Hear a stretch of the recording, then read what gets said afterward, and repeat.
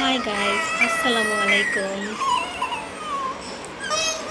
আমার কাছে মনে হয় এই পৃথিবীতে প্রত্যেকটা মায়ের জন্য সবচেয়ে কষ্টের কাজ হচ্ছে তার বাচ্চাকে খাওয়ানো। এই ভিডিওতে আপনারা দেখতে পাচ্ছেন আমি আমার ছোট্ট মেয়েটাকে খাওয়াচ্ছি। সে কি পরিমাণ বায়না করছে, খাবে না। তার বয়স এখন 6 মাস। তো আমি চেষ্টা করছি এখন থেকে কিছু কিছু করে একটু একটু করে বাড়তি খাবার দেওয়ার জন্য। কিন্তু তাকে কি খাওয়ানো যায়? আমার মনে হয় প্রত্যেকটা মায়েরই এই একই কষ্ট যে তার বাচ্চা খায় না। যাই হোক, তারপর আমরা চেষ্টা করি বাচ্চাকে খাওয়ানোর জন্য।